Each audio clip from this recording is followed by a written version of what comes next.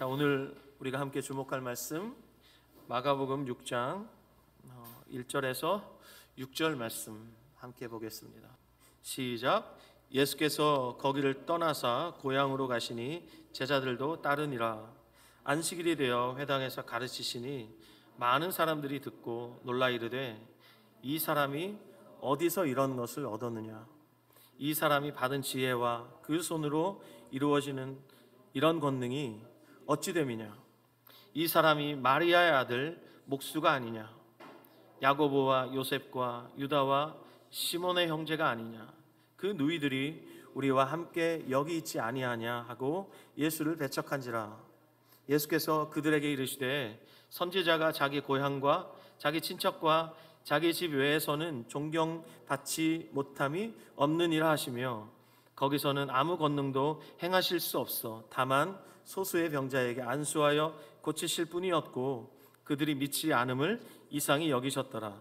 이에 모든 촌에 두루 다니시며 가르치시더라. 아멘. 저는 오늘 봉독한 이 말씀을 중심으로 마가복음 23번째 평범함과 비범함을 가르는 결정적 차이, 평범함과 비범함을 가르는 결정적 차이라는 제목으로 하나님의 은혜의 복음 증거하도록 하겠습니다. 최근 미국의 경제 전문지 포브스에서 발표한 세계에서 가장 가치 있는 브랜드 순위 탑 10, 그 가운데 여러분이 익히 들어 알고 계시는 브랜드가 대거 포진되어 있습니다. 1위는 역시 아이폰을 만드는 애플입니다. 아이폰, 나는 아이폰 아닌데요. 그런 분 계시겠지만 아이폰을 만든 애플이 세계에서 가장 가치 있는 브랜드로 선정되었습니다. 이어서 구글, 마이크로소프트, 아마존, 페이스북, 코카콜라, 디즈니가 그 뒤를 잇고 있습니다. 그리고 자랑스럽게도 우리나라의 삼성전자가 8위를 차지하고 있습니다. 삼성전자 다음이 루이비통, 맥도날드입니다.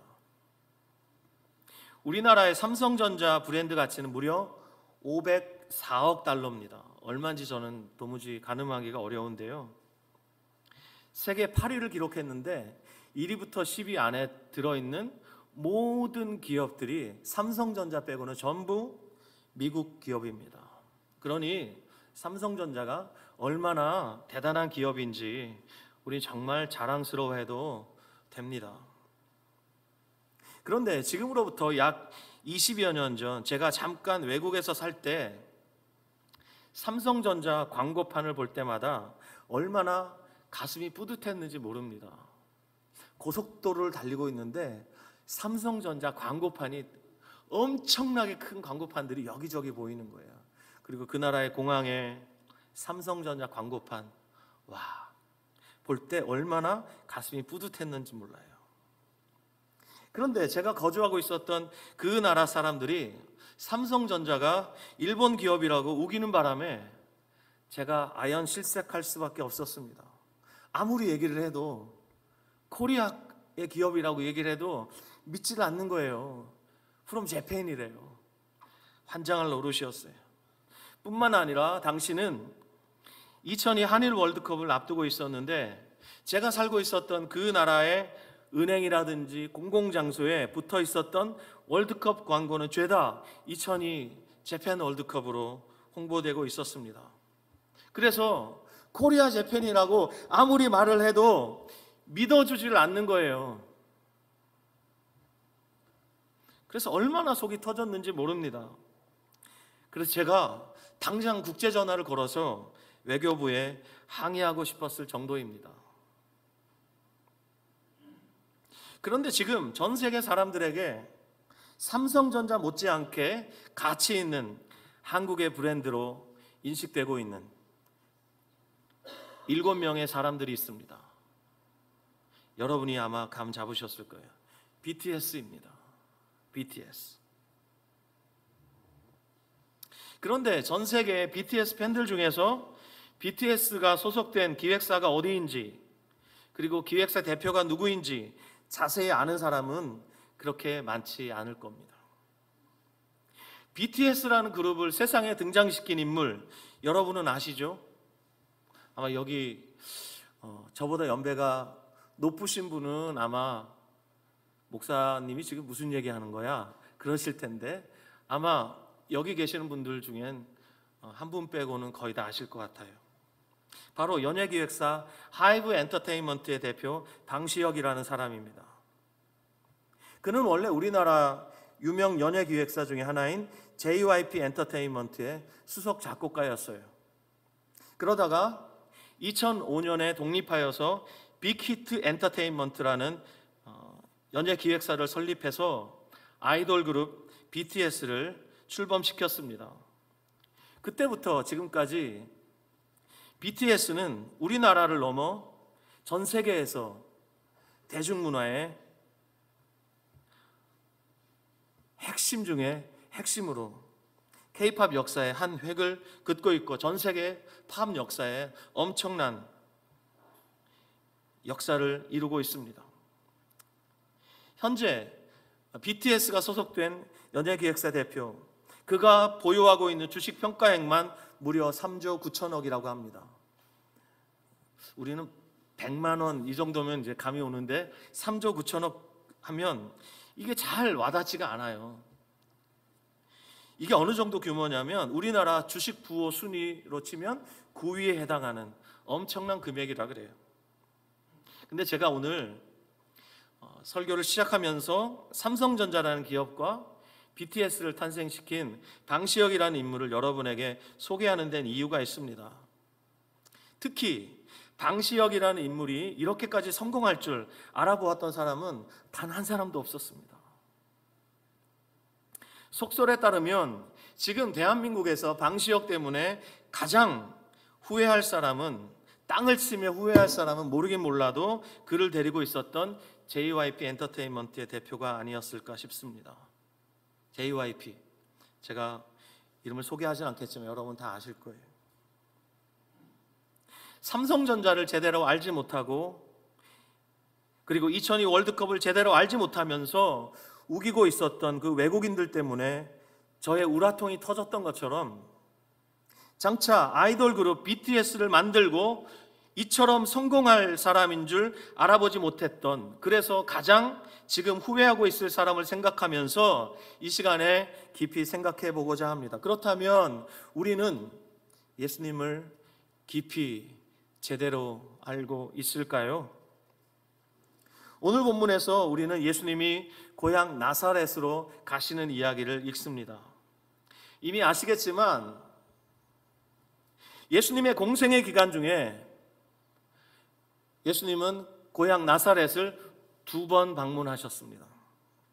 첫 번째 방문은 누가복음 4장에 나옵니다. 4장 16절에서 30절에 나오는데 첫 방문은 비극적으로 끝났습니다. 하마터면 예수님이 죽으실 뻔했습니다. 누가복음 4장 28절로 30절 말씀 종이 읽겠습니다. 회당에 있는 자들이 이것을 듣고 다 크게 화가 나서 일어나 동네 밖으로 쫓아내어 그 동네가 건설된 산 낭떠러지까지 끌고 가서 밀쳐 떨어뜨리고자 하되 예수께서 그들 가운데로 지나서 가시니라. 자, 첫 번째 방문의 결과가 무엇이었습니까? 나사렛 사람들이 예수님을 낭떠러지에서 밀어 떨어뜨려 죽이려고 했습니다. 자, 그런 아픈 기억을 가지고 계시는 예수님께서, 그런 거절감을 가지고 계시는 예수님께서 오늘 본문에서 2번째로 고향을 방문하고 계십니다. 그렇다면 2번째로 고향을 방문하시는 예수님의 마음속엔 어떤 마음이 있었을까? 기대감이 있었다면 어떤 기대감이 있었을까요? 만약에 이것이 기대감이라면 우리는 처음보단 좀 더 따뜻한 환대를 기대하시지 않았을까라고 생각해 봅니다. 왜냐하면 이미 예수님은, 오늘 본문에 등장하시는 이 예수님은 이미 전국구 스타로 떴습니다. 예수님의 가르침이 너무나 놀라웠기 때문에 예수님의 가르침에 놀라지 않았던 사람들은 거의 없었어요. 종교 지도자들 정도야 예수님의 가르침에 아무런 감동을 받지 않았지, 그 평범한 사람들은 회당에서 예수님의 말씀을 들으면서 또 해변에서 예수님의 말씀을 들으면서 예수님의 가르침이 너무 놀라웠기 때문에 놀라지 않을 수가 없었어요. 뿐만 아니라 예수님은 가시는 곳마다 놀라운 권능을 행하셨어요. 더러운 귀신 들린 사람마다 예수님을 만나면 온전해졌어요. 귀신들이 막 소리 지르면서 쫓겨나가고 사로잡고 있었던 그 사람들은 전부 온전하게 되었어요. 그리고 예수님을 만나면 어떤 병자라도 다 고침을 받았습니다. 이제까지 제가 마가복음을 22번 여러분 앞에 설교했는데 지나온 본문들을 생각해 보십시오. 나병 환자가 예수님께 고침을 받았습니다. 중풍병자가 예수님께 고침을 받았습니다. 손 마른 사람, 손이 이렇게 휘어서 당시의 의술로는 절대로 치유할 수 없었던 이 손 마른 사람이 이 손이 펴졌습니다. 그리고 우리가 지난주에 살펴보았습니다. 혈루병을 앓고 있던 여인이 그 혈루병의 근원이 깨끗하게 치료되었습니다. 당시 의학으로는 도저히 고칠 수 없는 병들이 예수님을 만나면 다 치료되었습니다. 뿐만 아닙니다. 예수님이 말씀 한마디로 미친 바람이라고 그러죠. 큰 광풍을 잠잠하게 하셨습니다. 그리고 심지어 회당장 야이로의 죽은 딸도 예수님이 살려내셨습니다. 그러자 예수님의 인기는 정말 하늘을 찌를 정도였고 예수님의 지명도는 엄청났습니다.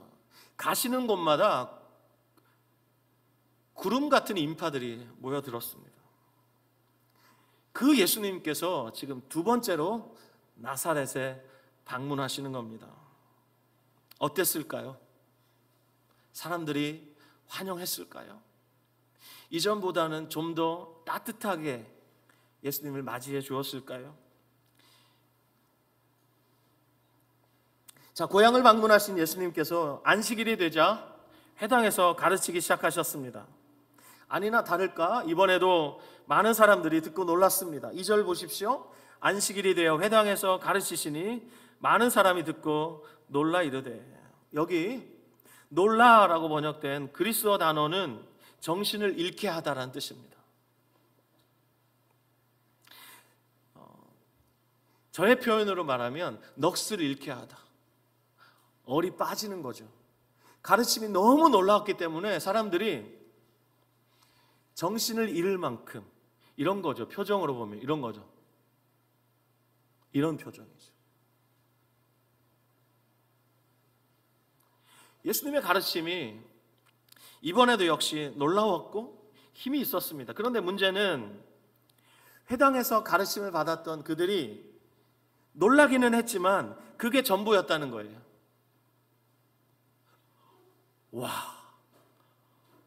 와, 놀랐는데 그게 끝이에요.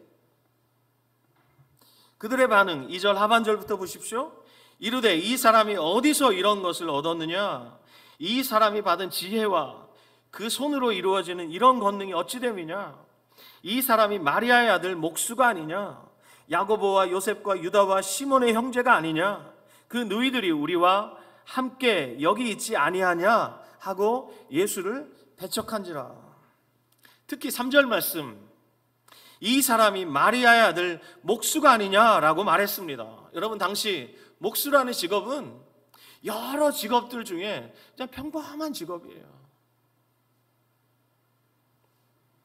그리고 때론 평범 이하의 직업으로 취급받았습니다. 왜냐하면 그리스 로마 시대는 그리스 로마를 지배하고 있었던 그 철학 사상이 무엇이었냐면 이월론이에요. 이 육체 노동은 굉장히 천한 것으로 여겨졌단 말이에요. 영혼은 거룩하지만 육체는 속되고 천하게 여겨졌단 말이에요.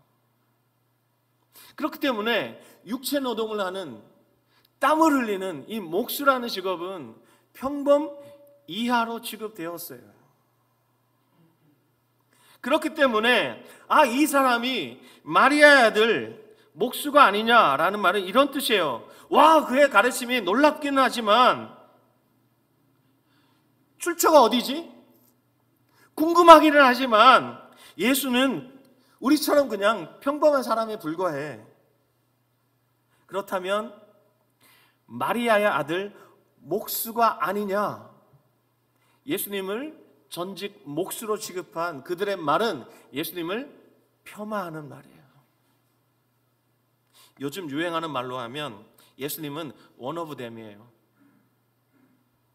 보통 사람들 중에 한 사람이에요. 좀 더 시체말로 말하면 비빔밥 속에 당근 한 줄기, 채 썬 당근 한 줄기. 예수님은 그냥 평범한 사람이에요, 이들 눈에는. 근데 그 가르침이 너무 놀랍단 말이에요. 출처가 궁금하지만 그냥 예수님은 그냥 우리와 같은 수준이야, 이렇게 생각하는 거예요. 또 그들은 예수님을 가리켜서 마리아의 아들이라고 말했습니다.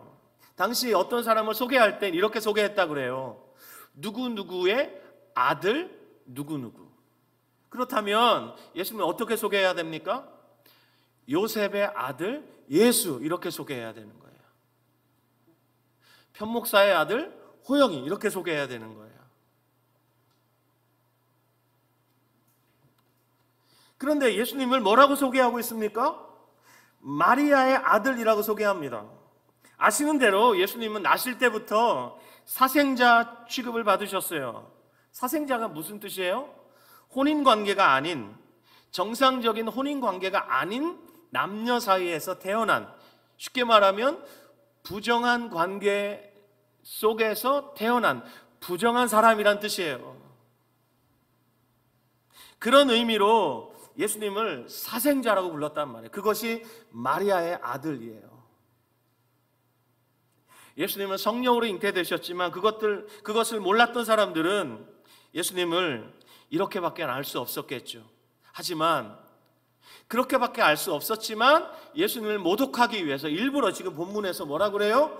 마리아의 아들이라고 예수님을 사생자 취급하고 있는 겁니다.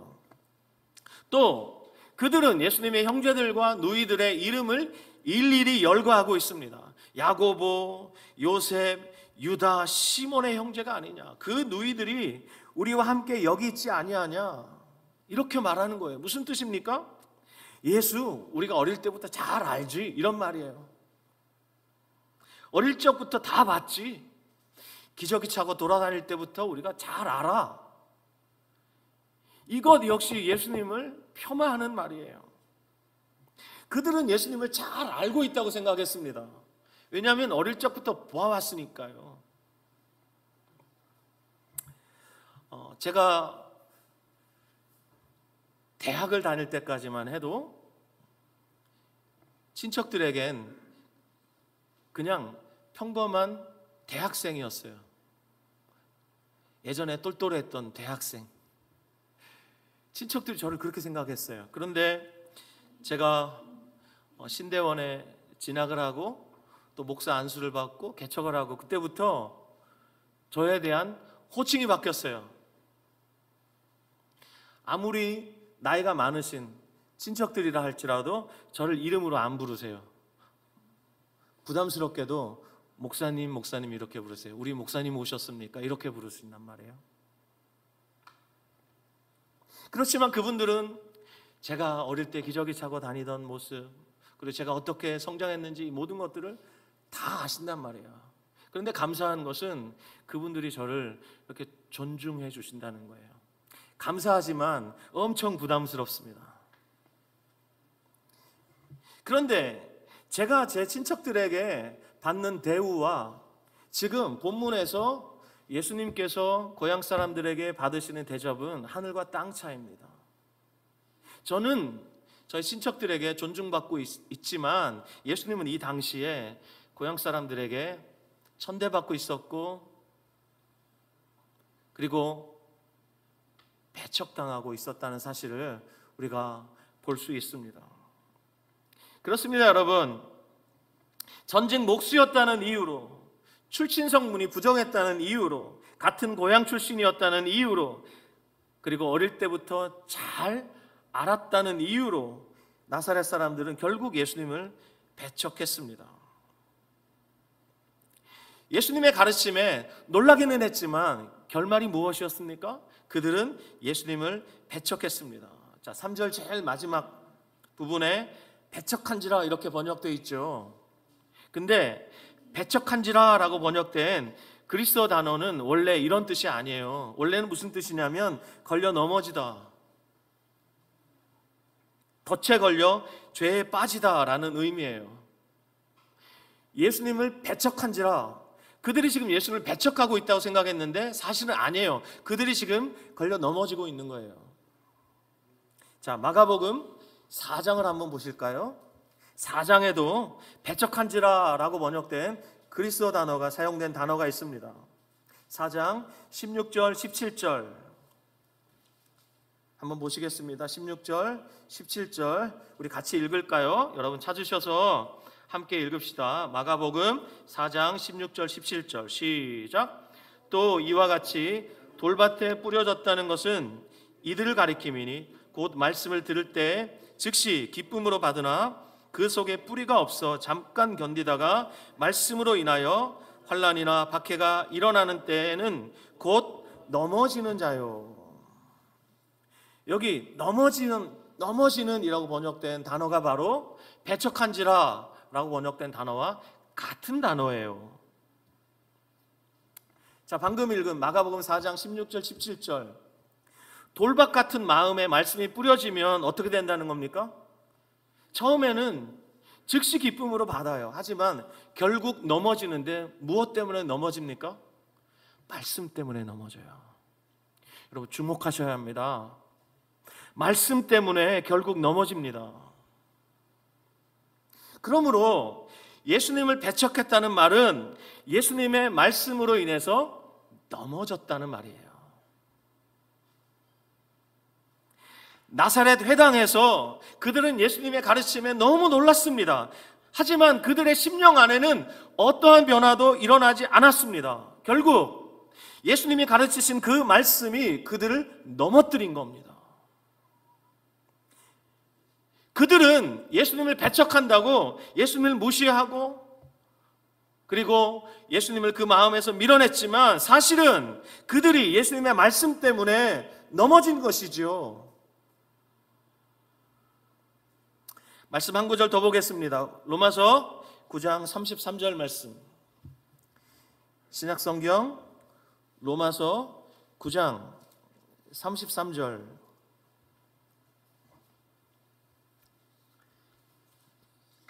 같이 읽습니다. 시작. 기록된 바 보라 내가 걸림돌과 거치는 바위를 시온에 두노니 그를 믿는 자는 부끄러움을 당하지 아니하리라 함과 같으니라. 하나님께서 걸림돌과 거치는 바위를 시온에 두셨다 이렇게 말씀합니다. 걸림돌과 거치는 바위가 무엇입니까? 예수님을 비유하는 것입니다. 예수님은 걸림돌과 거치는 바위가 되십니다. 이 말씀은 오늘날도 실제입니다. 예수님을 알아보고 예수님을 하나님의 아들로 알아보고 예수님을 구원자와 주님으로 고백하고 예수님을 따라가는 자는 결코 부끄러움을 당하지 않겠지만 오늘 우리가 함께 보고 있는 나사렛 사람들처럼 예수님을 한낱 우리와 같은 수준의 인간으로 알고 예수님 앞에 그 삶을 굴복하지 않는 사람들에겐 예수님이 걸림돌이 되고 거치는 바위가 될 뿐입니다. 자, 이렇게 나사렛 사람들이 예수님을 배척했는데 배척당하신 예수님의 반응이 무엇입니까? 오늘 본문으로 다시 돌아와서 보시면 마가복음 6장 4절 말씀 보시죠. 예수님 말씀하십니다. 예수께서 그들에게 이르시되 선지자가 자기 고향과 자기 친척과 자기 집 외에서는 존경을 받지 못함이 없느니라 하시며 예수님께서 당신을 선지자다 이렇게 소개하십니다. 여러분, 선지자가 어떤 존재예요? 선지자는 점쟁이처럼 미래를 막 예언하는 그런 존재가 아니에요. 선지자는 어떤 존재냐? 하나님의 대리자예요.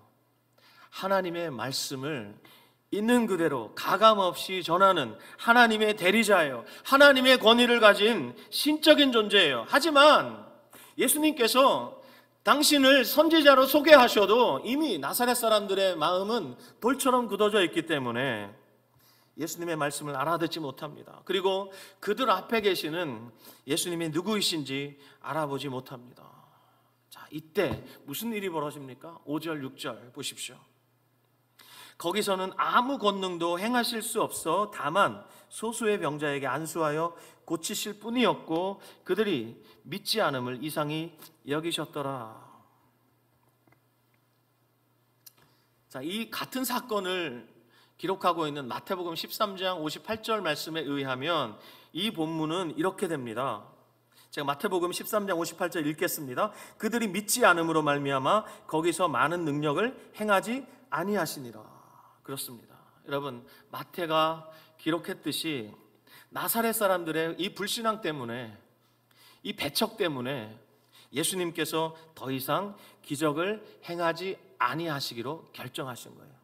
예수님이 능력이 막 제한되고 하고 싶은데 할 수 없어서 그것이 아니라 더 이상의 기적은 그들에게 어떠한 열매도 맺을 수 없기 때문에 마음이 이미 돌같이 굳어있기 때문에 그 어떤 기적도 그들에겐 아무 의미가 없습니다. 그래서 예수님이 어떤 것도 하시지 않기로 결정하신 겁니다. 다만 그럼에도 불구하고 이 나사렛의 대부분의 사람들과 다르게 몇몇 사람들이 예수님을 알아보고 예수님께로 와서 병을 고쳐달라고 예수님의 긍휼을 구했습니다. 그런 사람들은 예수님이 고쳐주셨어요. 그리고 본문 6절 이렇게 말씀하고 있죠. 그들이 믿지 않음을 이상히 여기셨더라. 이거 예수님이 당황하셨다는 말이 아니에요. 이번엔 반응이 왜 이러지? 저 같은 목사들이 말입니다, 설교를 마치고 어떤 때는 정말 쥐구멍이라도 있으면 기어 들어가고 싶을 때가 있습니다. 그래서 저는 본죽을 별로 안 좋아해요. 내가 설교를 죽을 썼다라는 생각이 들 때면 정말 이 단에서도 등에서 식은땀이 줄줄 흐릅니다. 그리고 이 단을 내려가면 정말 쥐구멍이라도 있으면 찾아 들어가고 싶을 때가 많아요. 근데 예수님은 사람들에게 아무 영향을 받지 않으세요. 그들의 반응에 일희일비하지 않으세요. 오히려 예수님 편에서 아무 일도 하지 않기로 결정하시는 거예요. 그리고 사람들의 그 무반응, 그리고 사람들의 거친 반응에 대해서 예수님은 왜 저러지? 오늘은 영 반응이 신통치 않네? 이게 아니라 슬퍼하세요. 여기 이상히 여기셨단 말은 예수님의 감정이 슬프다는 말이에요. 보십시오, 여러분. 나사렛 말고 가버나움에서 예수님이 수많은 기적을 행하셨을 때 그 예수님의 그 놀라우신 가르침과 그 권능을 소문으로 듣고 수많은 사람들이 믿음으로 예수님께 막 나오잖아요.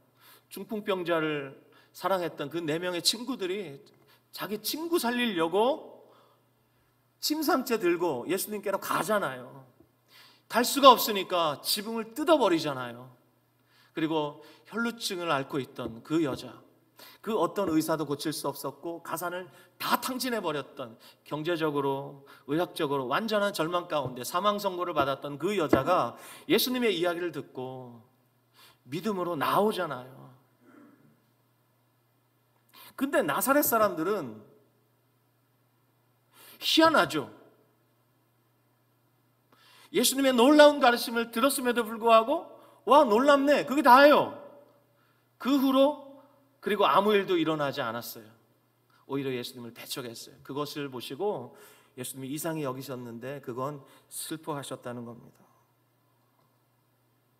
여러분, 우리가 복음서에 나오는 예수님의 이야기를 자주 읽죠. 신약의 교회가 주의 깊게 그리고 계속해서 묵상해야 할 성경은 사복음서와 서신서, 요한계시록이에요. 신약 성경이에요. 구약은 참고서 같은 것이라고 생각하시면 돼요.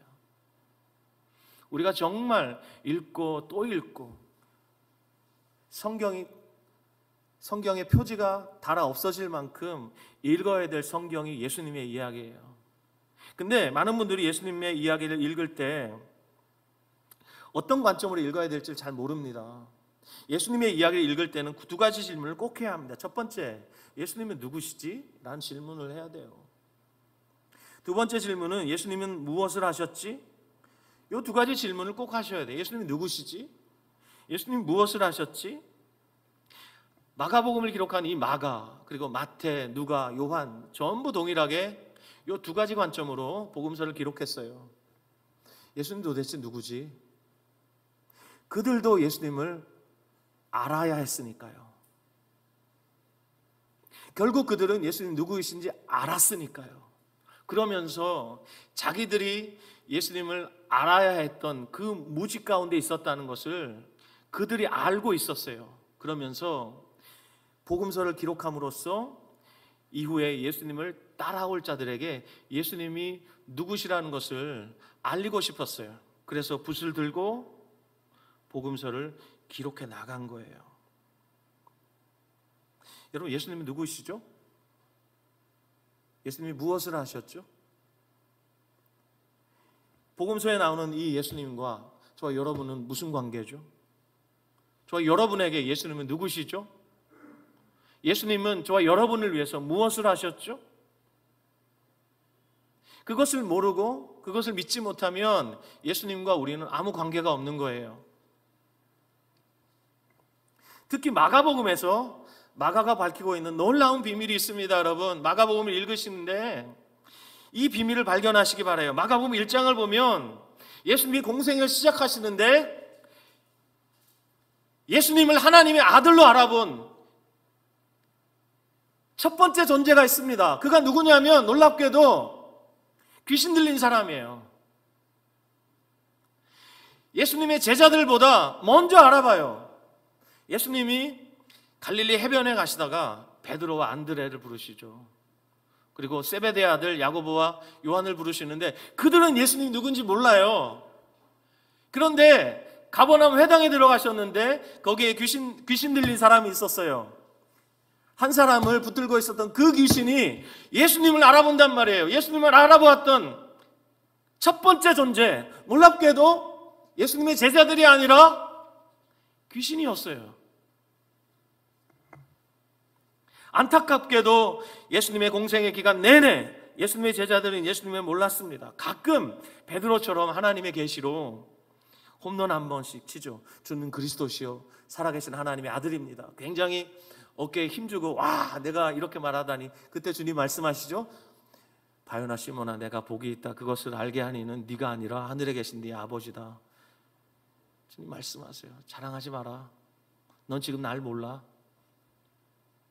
하나님이 너에게 지금 계시하셨기 때문에 네가 아는 거야.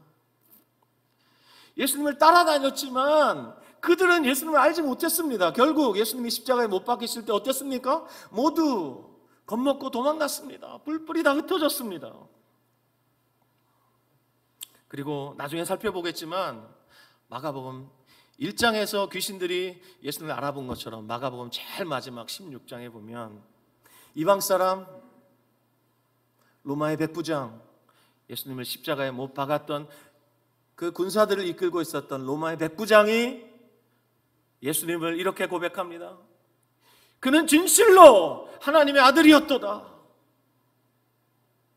여러분 보십시오. 귀신들과 이방 사람 로마의 백부장이 예수님을 하나님의 아들로 고백했는데 제자들은요, 예수님 몰랐어요. 그렇다면 사실 예수님의 제자들이나 예수님을 배척했던 고향 나사렛 사람들이나 예수님을 모르긴 마찬가지였습니다. 그런데 여러분, 예수님이 부활하신 후에 오순절에 성령이 임하자 상황이 완전히 달라지기 시작합니다. 지극히 평범했던 제자들, 대부분 갈릴리 출신이었는데 유대인들이 보기에는 그냥 무시할 수밖에 없는 갈릴리 사람들이었어요. 그냥 평범한 사람들이었는데 그들은 오순절 이후에 더 이상 평범한 자들이 아니었습니다. 아니, 더 이상 그들은 평범할 수 없었습니다. 왜냐? 그들에게 예수님은 더 이상 평범한 목수의 아들이 아니었기 때문입니다. 그들이 대단한 사람이 된 것이 아니라 그들에게 예수님이 더 이상 평범한 목수가 아니었기 때문이에요. 그들에게 예수님은 더 이상 평범한 목수가 아니라 마리아의 아들이 아니라 하나님의 아들이었고, 사망 권세를 이기시고 부활하시고 하늘에 오르셔서 만왕의 왕 만유의 주로 등극하신 왕이셨기 때문입니다. 그 예수님, 오늘도 우리가 고백하는 사도신경의 고백 그대로 하늘에 오르셔서 전능하신 하나님 보좌 우편에 앉아 계시며 온 우주 만물을 통치하고 계시는 예수님은 오늘도 당신을 믿고 사랑하고 따르는 교회 안에서 성령을 통하여 살아 계십니다. 이 예수님의 제자들과 초기교회 성도들뿐만 아니라 21세기를 살아가고 있는 저와 여러분, 우리 안에도 주님은 살아서 역사하고 계십니다. 그러므로 여러분, 주님이 우리 안에 사신다, 온 우주 만물을 창조하시고 또 온 우주 만물을 구속하시고 결국은 이 구원을 완성해내실 예수님께서 우리 안에 계신다, 이건 보통 평범한 일이 아니에요. 예수님이 우리 안에 사신다. 평범한 목수가 아니라 하나님의 아들이신 그분이 내 안에 사신다. 특별함을 넘어서 설명할 수 없는 그분이, 그 가치를 도무지 측정할 수 없는 그분이 우리 안에 사신다? 그럼 나는 도대체 누구란 얘기예요? 나는 보배를 담고 있는 질그릇이다. 아까 우리 찬양 인도자가 우리 연약해서 넘어질 수밖에 없음을 말했어요. 맞아요. 우리는 똑같은 죄로 하루에 7번이라도 넘어질 수밖에 없는 그런 존재입니다. 맞습니까? 슬퍼도 아멘 하세요. 맞아요. 우리가 그런 존재예요. 그렇지만 거기까지는 세상 사람들과 똑같습니다. 하지만 우리 같은 질그릇 안에 보배이신 예수님이 계시다면 이야기는 달라지는 것입니다. 여러분, 평범함과 비범함을 가르는 결정적인 차이가 무엇입니까? 그 안에 보배이신 예수님이 계시는가, 계시지 않는가?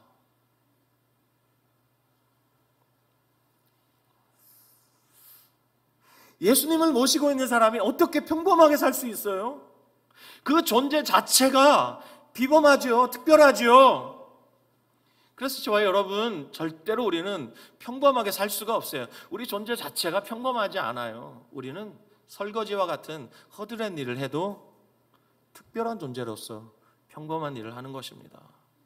동의하시면 아멘? 그래요. 길거리에 가다 쓰레기 하나를 주워도 우리는 특별한 존재로서 그 쓰레기를 줍는 것입니다. 무엇을 하든지 어디를 가든지 우리는 특별한 존재예요. 왜요? 24시간 숨 쉬는 순간마다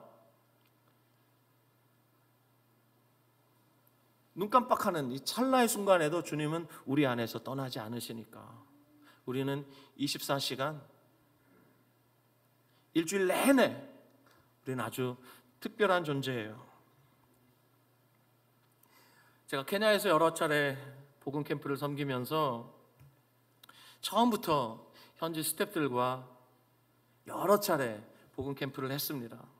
처음에 그들이 복음을 들었을 때 받았던 충격을 아직도 저는 기억합니다.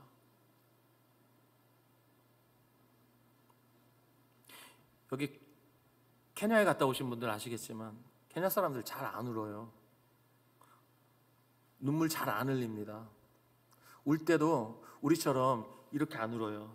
어떻게 울어요? 이러고 울어요. 부끄러움이 너무 많아요. 그래서 사람들에게 자신의 죄를 들키는 것 너무 수치스러워해요.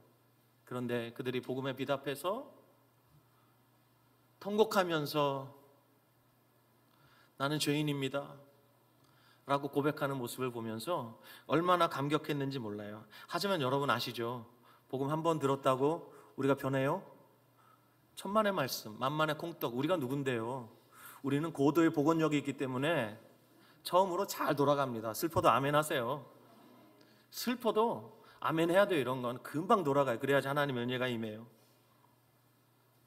그래서 다시 복음 캠프를 하면 언제 이 메시지를 들었냐는 듯이 처음 듣는 것 같아, 이런 표정으로 듣고 있단 말이에요.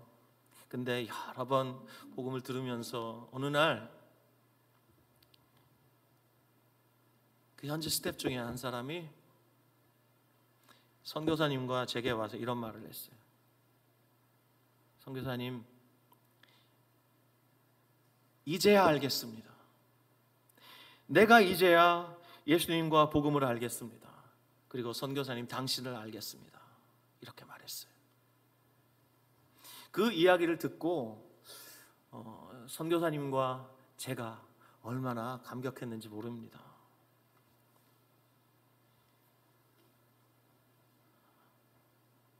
저도 십자가 복음 앞에 섰을 때 너무나 충격이 커가지고 나의 존재 자체가 죄라는 이 메시지 앞에서 정말 몸을 가눌 수가 없었어요. 내가 죄라고? 내가 죄를 지었다라는 말은 내가 이제까지 수없이 많이 듣고 그리고 내가 인정할 수 있겠는데 내 존재 자체가 죄라고? 이해가 안 됐어요. 그래서 귀를 쫑긋 세우고 정말 저희 모든 집중력을 다 동원해서 정말 세심하게 들었어요. 근데 나중엔 옳다고 인정할 수밖에 없었어요. 그러면서 내 존재 자체를 십자가에 못 박으면서 얼마나 감격했는지 몰라요.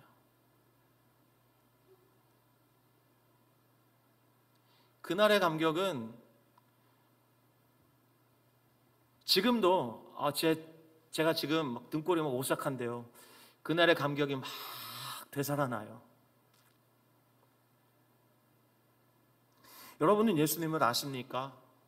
여러분은 복음을 아십니까? 제가 화요 CBS 오전에 여기서 합니다. 부천 CBS를 하는데 전부 저보다 나이가 많으세요. 몇몇 빼놓고. 그분들에 제가 그랬습니다. 돌아가실 때까지 CBS 7번 하셔야 됩니다. 모두 아멘 하셨어요. 이제 한 번 했거든요.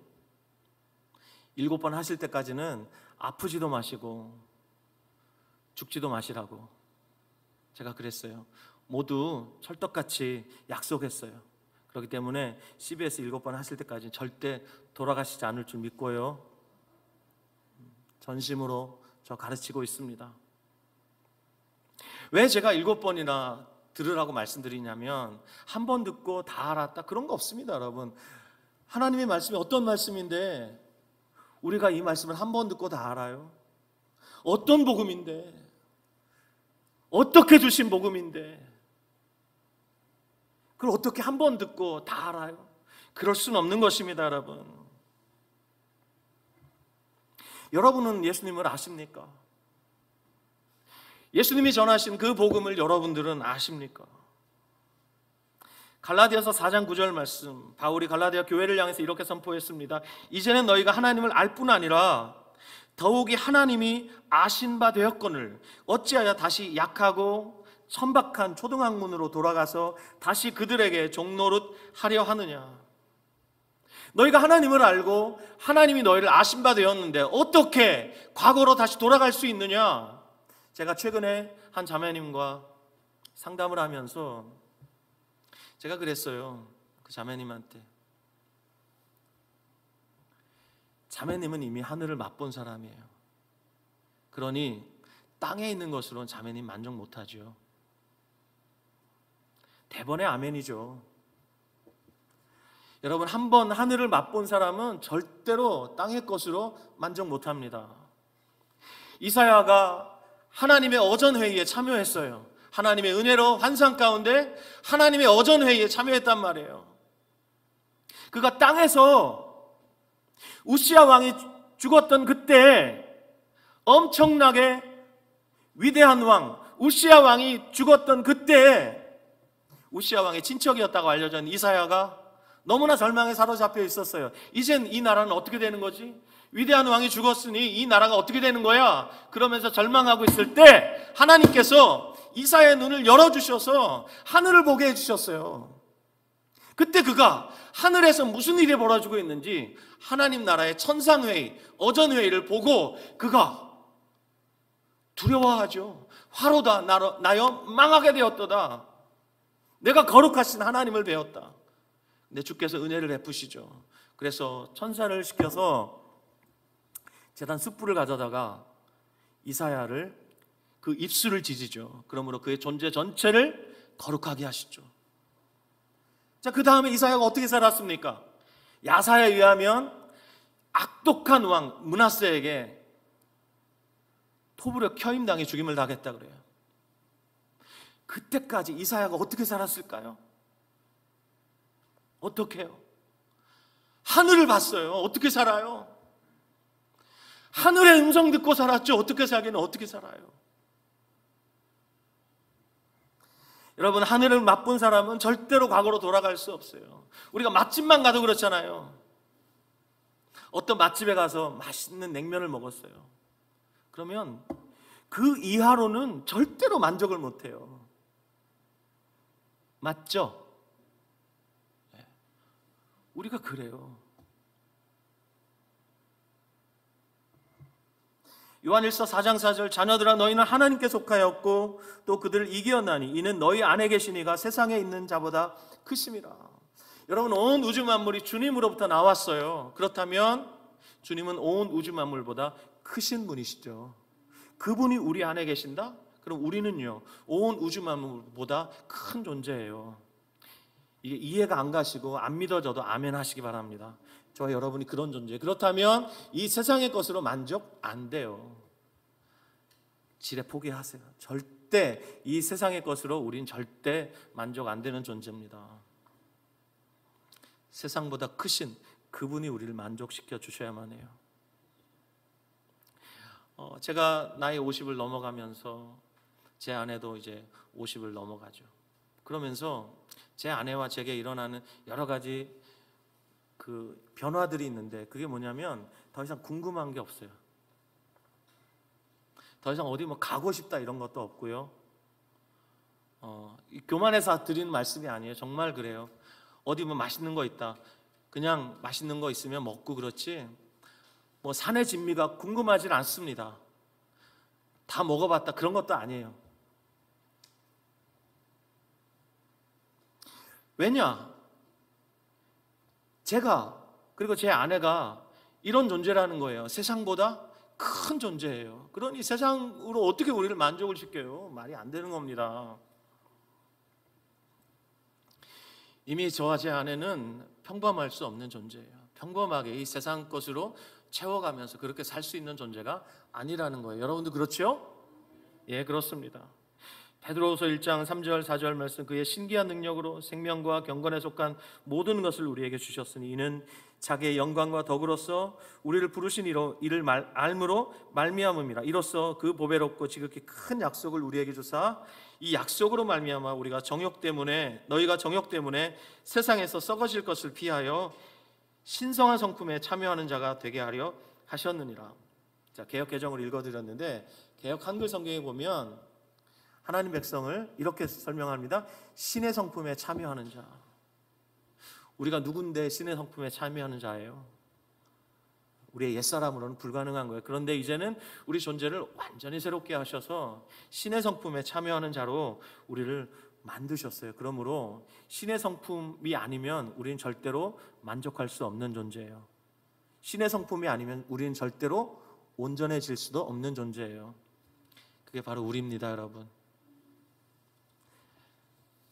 메시지를 정리하면서 이 나사렛 사람들과 예수님의 제자들 별반 다를 바가 없었다는 것을 다시 한번 여러분 마음속에 새겨주시기 바랍니다. 그러나 그들을 평범함을 넘어 비범한 자로, 특별한 자로 만드시는 것은 그들 자신을 특별하게 만드신 게 아니라 그들 안에 주님께서 사셨기 때문입니다.